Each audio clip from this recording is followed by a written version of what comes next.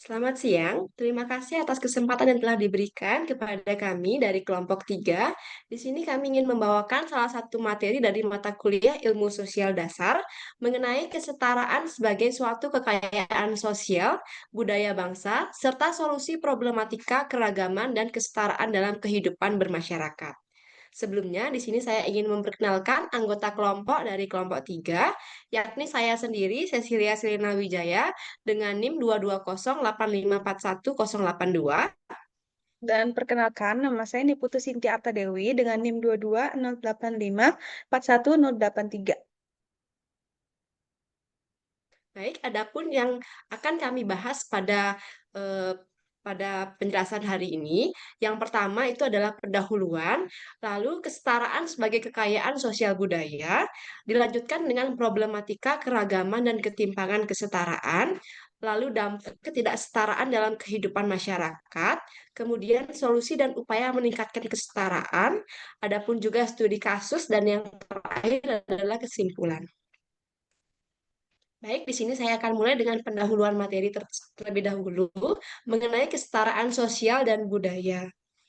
Kesetaraan sosial sendiri adalah kondisi ketika seluruh individu mendapatkan kesempatan yang sama dalam mengakses sumber daya, hak, serta partisipasi dalam masyarakat tanpa diskriminasi. Sedangkan kesetaraan budaya adalah berarti setiap kelompok budaya memiliki posisi yang sama pentingnya dalam masyarakat dan memiliki hak yang sama untuk hidup berdampingan serta berkontribusi dalam kehidupan bangsa. Dalam konteks Indonesia sendiri, Indonesia itu dikenal sebagai masyarakat yang majemuk atau plural society dengan lebih dari 1.300 suku bangsa dan ratusan bahasa daerah. Nah, keragaman ini tercermin dalam budayanya yang meliputi tari, pakaian adat, kuliner, upacara adat, kemudian agama dan kepercayaan, bahasa daerah, dan juga kearifan lokal. Nah, keragaman ini sebenarnya merupakan kekuatan besar bagi bangsa kita. Namun, dapat berfungsi dengan optimal apabila kita bisa diiringi dengan pengakuan kesetaraan antar kelompok masing-masing. Kemudian, mengapa kesetaraan itu penting?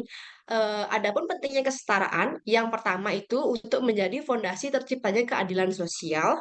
Kemudian yang kedua, untuk membantu mencegah konflik akibat diskriminasi atau marginalisasi. Kemudian yang ketiga, mendorong pembangunan nasional yang inklusif. Kemudian yang terakhir, untuk menguatkan identitas bangsa sebagai negara demokratis dan multikultural. Dan keragaman di Indonesia sendiri itu sangat banyak. Adapun setiap daerah juga memiliki keunikan masing-masing, seperti rumah adat, kesenian, bahasa, dan logat yang sangat banyak sekali. Nah, keragaman ini memberikan kekayaan sosial dan menjadi daya tarik pariwisata, diplomasi budaya, dan inovasi sosial. Nah, adapun nilai-nilai luhur yang hidup di masyarakat kita, seperti gotong royong, kemudian toleransi, musyawarah mufakat, dan keadilan sosial ini adalah wujud konkret dari kesetaraan yang diajarkan oleh leluhur kita. Nah, nilai-nilai ini dapat menjadi modal sosial untuk membangun kehidupan sosial bersama-sama. Contoh nyata kesetaraan yang memperkaya budaya yang ada di Indonesia, itu contohnya kita bisa lihat pada pelibatan perempuan dalam kepemimpinan adat. Contohnya ada di kepemimpinan adat Minangkabau yang bersifat matrilineal ataupun festival-festival budaya seperti Festival Danau Toba dan Festival Lembah Baliem yang mempertemukan berbagai kelompok budaya secara setara. Praktik inklusi seperti sekolah inklusi, kemudian kampung toleransi juga menunjukkan bagaimana kesetaraan ini mampu menciptakan ruang sosial yang harmonis. Kemudian, adapun di balik kekayaan kita yang sangat banyak di Indonesia ini, kita masih memiliki beberapa tantangan besar. Contoh, seperti terdapat perbedaan perlakuan berdasarkan etnis, gender, status sosial, ataupun status ekonomi, ataupun kemampuan fisiknya. Nah, diskriminasi ini bisa melahirkan ketimpangan upah, keterbatasan akses, pekerjaan, hingga rendahnya representasi kelompok tertentu.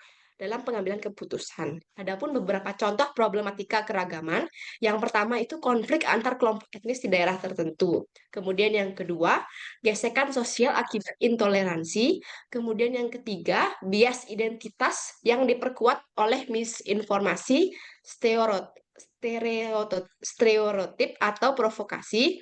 Kemudian di beberapa daerah terpencil yang ada di Indonesia itu sering mengalami ketidaksetaraan infrastruktur pendidikan dan kesehatan. Kemudian yang terakhir itu kelompok kelompok rentan seperti perempuan, penyandang disabilitas ataupun masyarakat adat itu banyak menghadapi hambatan struktural. Nah, nilai kesetaraan ini juga perlu kita perkuat agar masyarakat tetap kokoh dalam identitas budaya sambil beradaptasi dengan perubahan global. Baik, saya akan dilanjutkan oleh teman saya.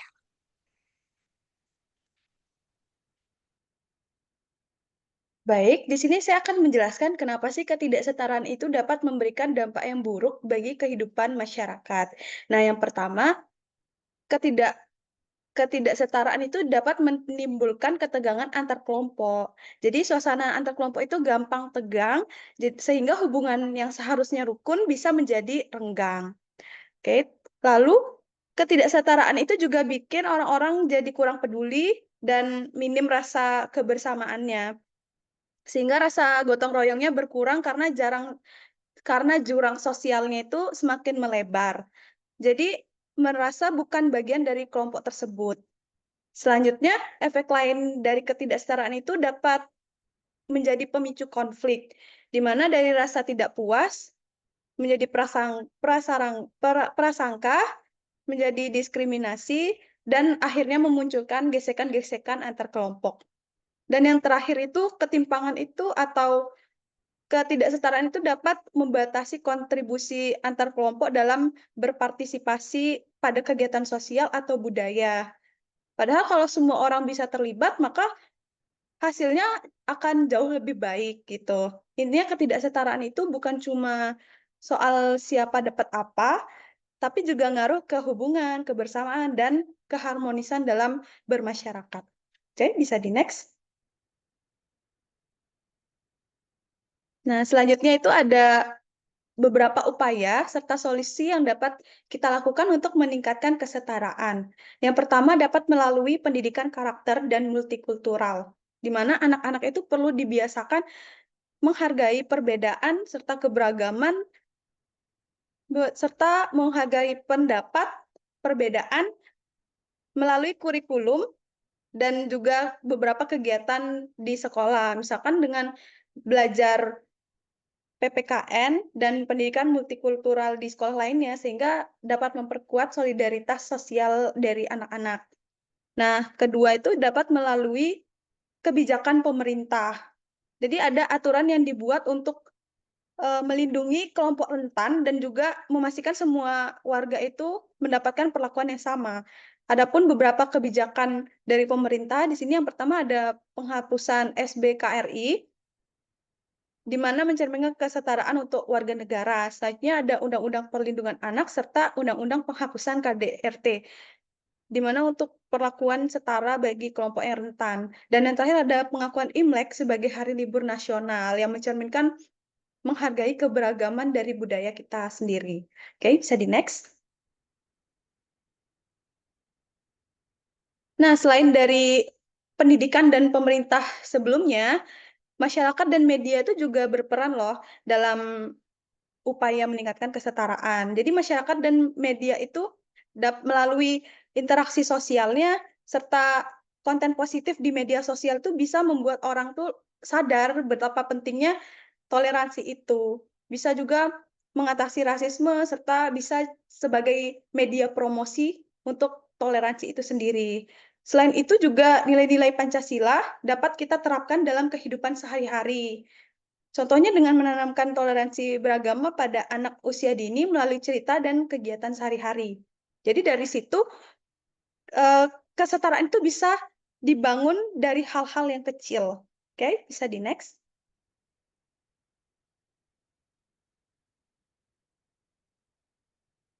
Nah, selanjutnya di sini ada studi kasus yang kami ambil.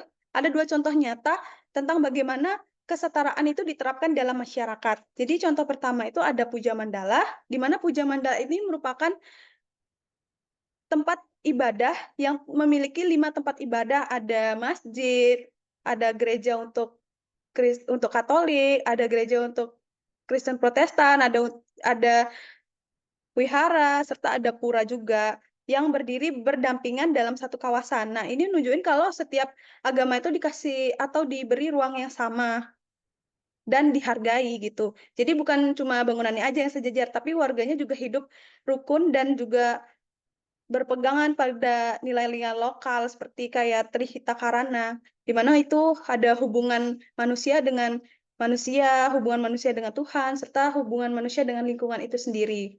Jadi, kalaupun ada potensi gesekan, ya bisa diselesaikan melalui komunikasi serta saling menghormati. Sehingga Puja Mandala ini bukti kalau keberagaman itu bisa dijalin dengan kebersamaan yang bikin lingkungan itu jadi lebih inklusif dan harmonis serta toleransi. Selain itu ada contoh kedua, hak pemilihan suara, di mana setiap warga negara itu punya hak yang sama gitu, tanpa melihat suku, agama, ataupun ras, status sosial, latar belakangnya gitu. Jadi setiap nilai itu setara untuk menentukan masa depan atau arah dari bangsa itu sendiri. Jadi beragam kelompok masyarakat itu memiliki hak yang sama untuk memilih sehingga keberagaman aspirasi dapat dibangun atau dapat membangun kebersamaan dan memperkuat kehidupan dari bermasyarakat itu sendiri. Bisa di next? Nah, berdasarkan beberapa materi yang telah kami paparkan sebelumnya, dapat ditarik kesimpulan bahwa kesetaraan sosial dan budaya itu adalah suatu hal atau suatu pondasi yang penting dalam kehidupan masyarakat yang majemuk gitu. Jadi kesetaraan ini berperan dalam memperkuat harmoni, solidaritas, serta partisipasi dari sosial budaya itu sendiri.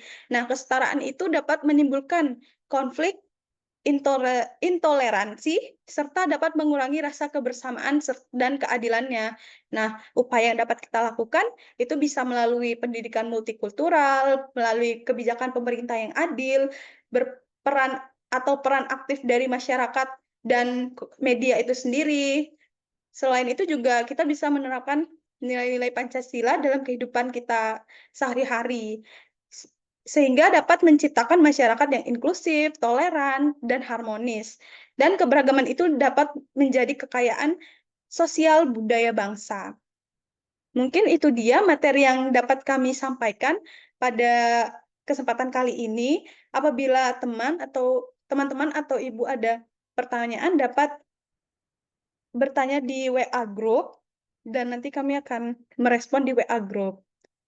Kami mohon maaf apabila ada salah kata dalam penyampaian materi pada kesempatan kali ini, dan kami mengucapkan terima kasih.